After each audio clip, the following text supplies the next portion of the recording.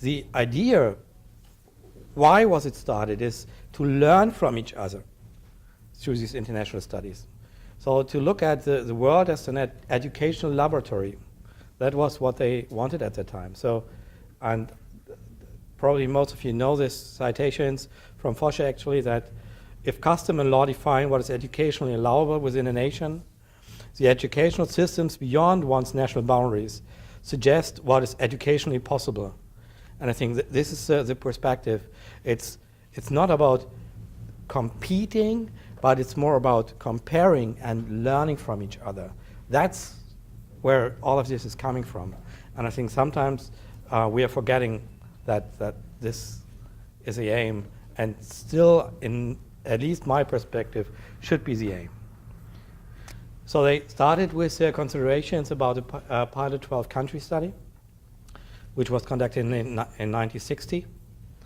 And I think what's important for me there is that also at that time, their perspective was very broad. They looked at mathematics and reading comprehension, but also geography, science, nonverbal ability. So it was a very, very broad perspective. Not narrow, but really, really broad.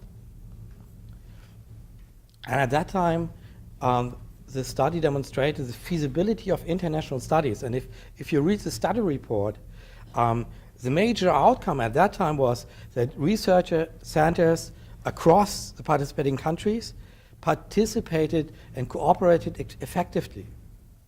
And a cross-cultural and cross-language assessment, it worked. And this was the major outcome. They also had some content-related findings, but that was not the focus, actually. That was maybe a byproduct. But they were very happy to see that something like this could work, actually, at that time. So it was really a new focus and a new idea. And so to facilitate the cooperation of the researchers, then the IA was founded. And the aim was to jointly conduct cross-country educational studies, again, in order to learn from each other and to cooperate. When they looked at the results, they saw that mathematics seemed to be the subject that was easiest, comparable, translatable across cultures. So they started then the first international mathematics study with 12 countries involved at that time. And they realized that there are huge differences between countries, which they did not expect at that time. So they were surprised about these results. Again, I think it was the focus on mathematics because it was easy to assess, not because they thought that's the important outcome one, but it's the one that is easy. So let's work on that first.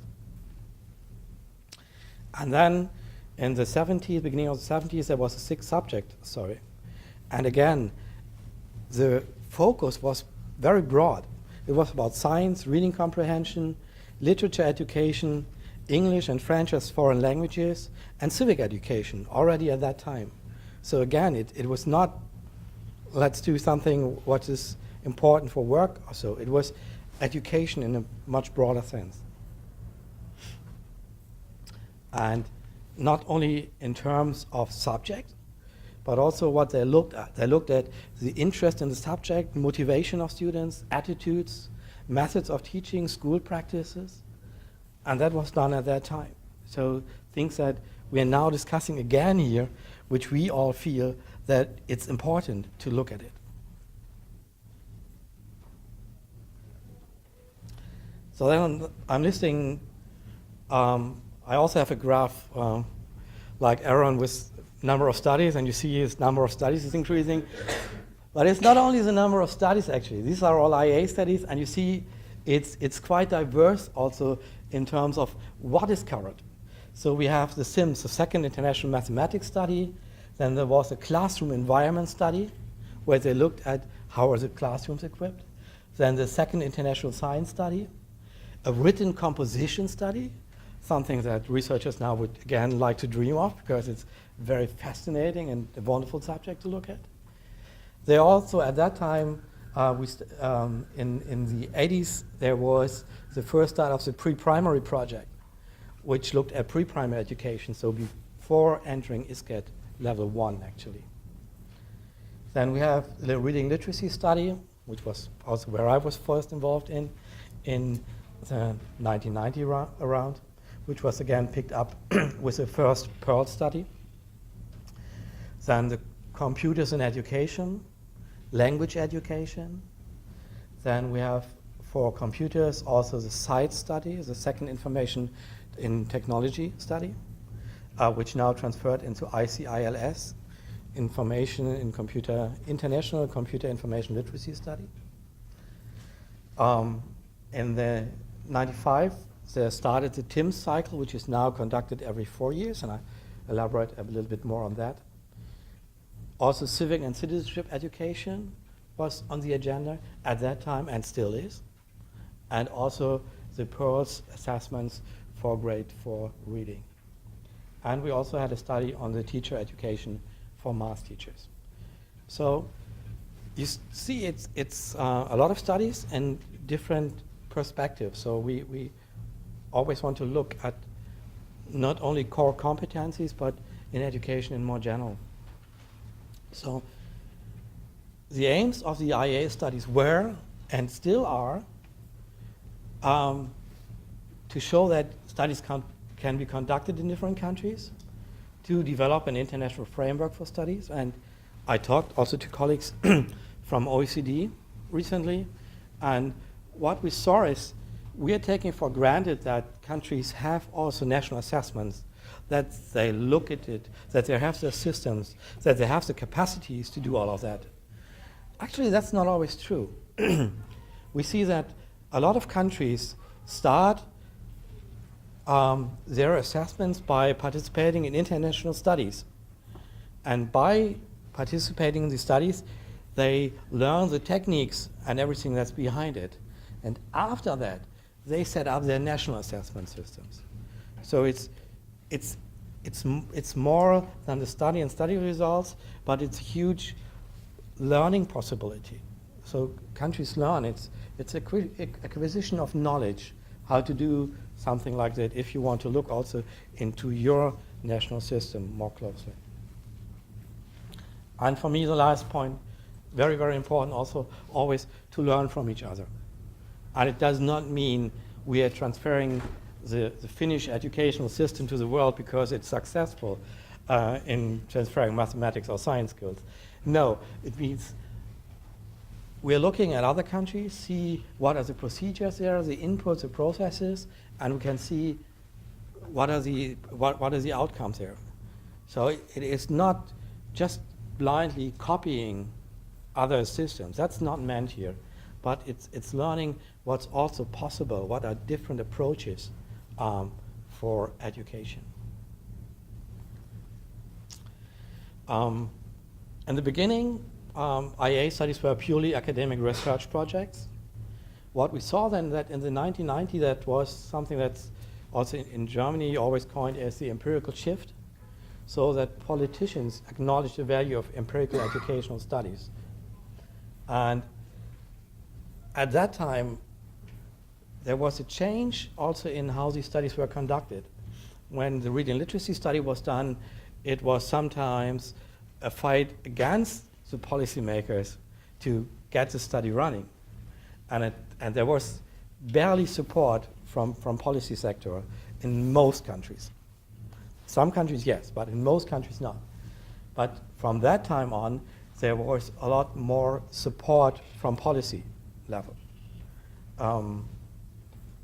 So that changed actually the landscape quite dramatically, because this shift of the focus also had a change on what was expected.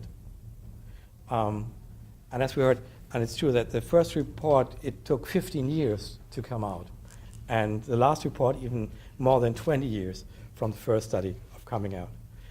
But then, since then, we have the challenge that reports were requested to come out in a very short time. And if you say it takes 18 months, then the people are always screaming and say, no, why not 3 months? You have the data already. Why does it take so long? We don't understand that. They want the results immediately. And in most countries, the legislation is 4 years. So policymakers have focused on 4 years. So why do I care? What do I care about results that come up in 5 years? They're not my thing anymore. So there's a huge push of getting things more frequently, more often, but also much faster. And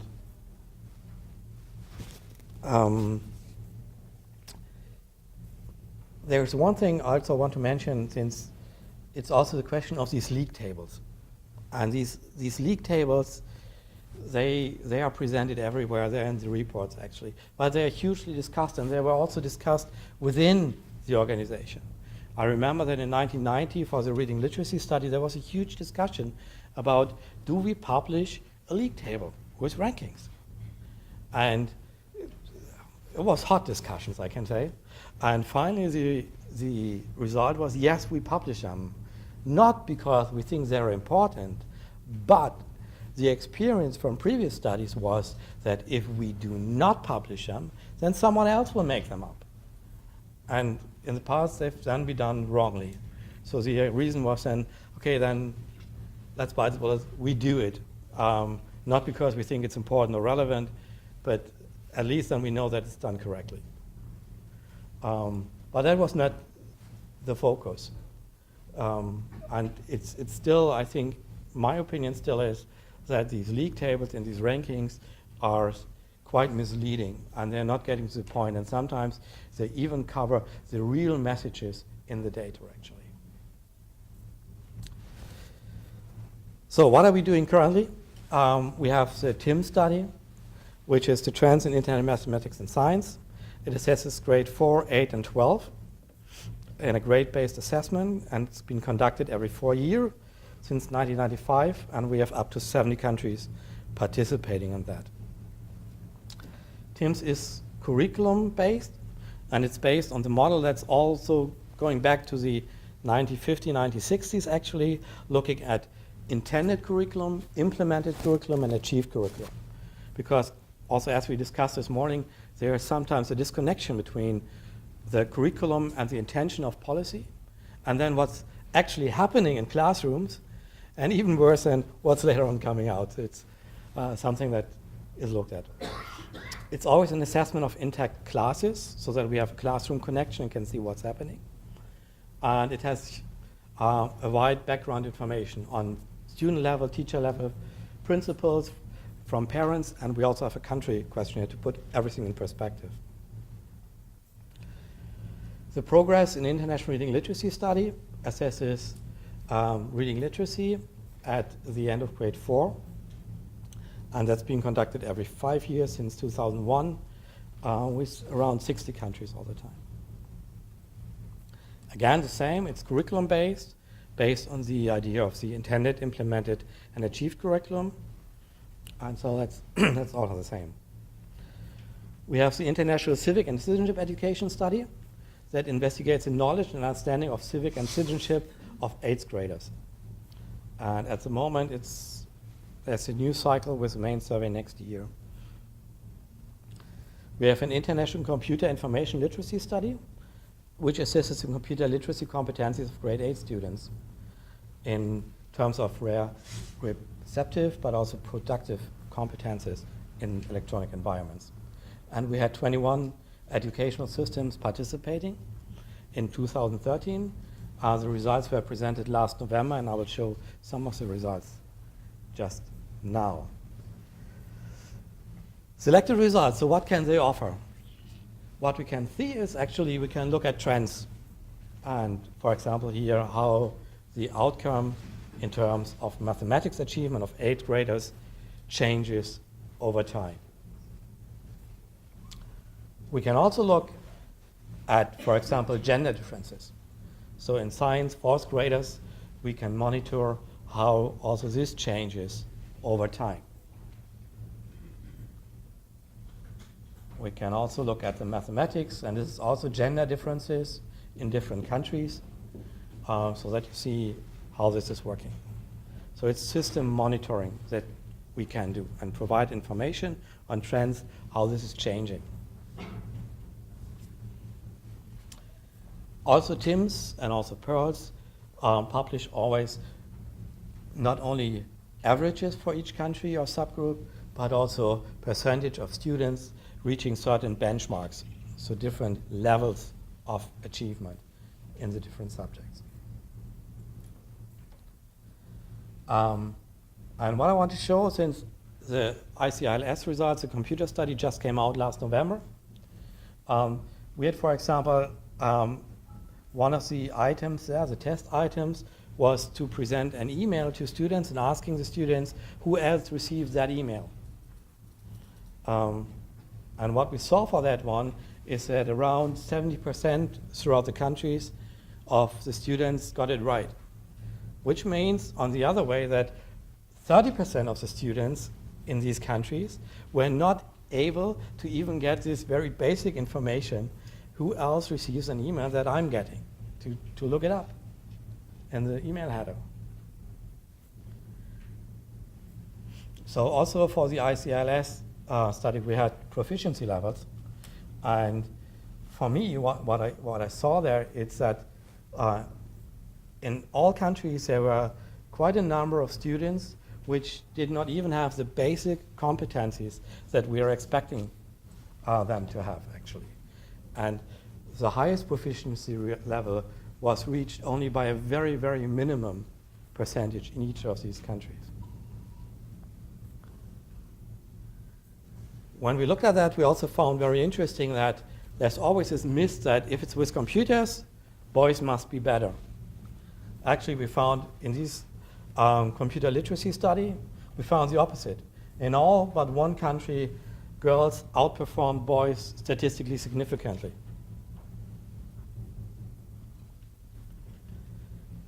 What we also looked at is that how much learning of ICT skills is happening in schools.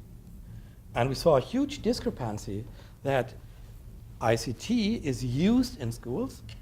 So students need PowerPoint, they need to look up information in the internet, they need to use Word, Excel, whatever, but it's not taught in schools. And you see there's huge differences how much it is taught in schools. But in a lot of countries, there's the assumption students are digital natives. We don't need to teach it to them, but you use it. And when you see that not even the basic skills are there, for me, it shows there's a big threat, actually, that we are not teaching it. So the students either learn it at home or they don't learn it at all, but they have to use it in school, which might make it very difficult for some of the students to get to the point and learn effectively in school. And when we looked at correlations, what affects that, then we had reports from principals, technical coordinators, students, but also self-reports from teachers about how they use it. And what came out as one of the major obstacles for them is computers were available, but the teacher didn't feel competent and confident in using them. And we saw that it's mostly, this was a problem for teachers at the age of 40 and above.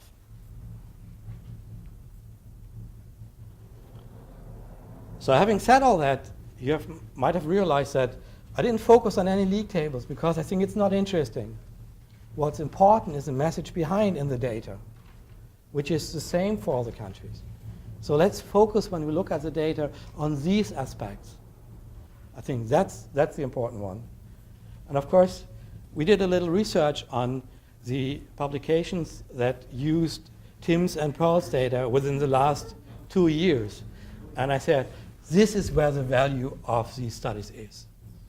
There might be criticism, but so many people and educational researchers, they use the data to look if their theories hold in a large-scale assessment. So they all make use of this data, and I think this is the value. It's out there, and people can use it, and as we see, they use it to an incredible amount. And for me, that's where the value of this data really, really is in using it for publications for researchers. So I briefly come to limitations. One, of course, is that I probably don't need to tell you, but all these international large-scale assessments have a cross-sectional design. Some, like TIMSS, are pseudo-longitudinal, which means we are assessing grade 4 and 4 years later grade 8, but not the same student. It's just a sample from the same cohort, but different students. And we don't have any experimental design. We just have cross-sectional data. And this means we cannot draw any causal inferences.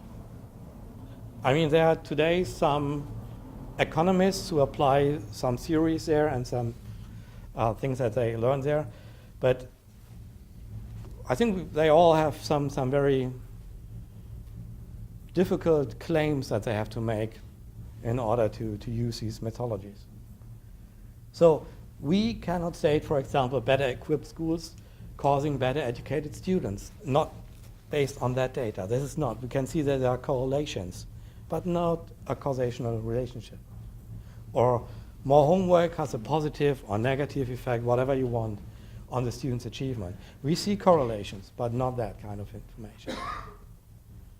So I think that's always what we always need to take into account, especially when it comes to publications. We also cannot make any claims about consequence of changes. So if, for example, we would say if science teachers get more professional training, this would lead to an increase of the students' achievement by whatever.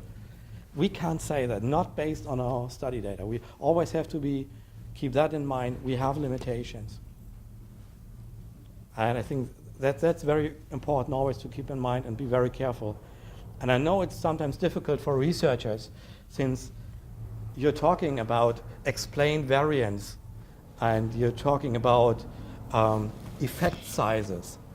But these are statistical terms, and we must be very careful if we write an article or whatever that this does not translate into the paper that's for the broader audience.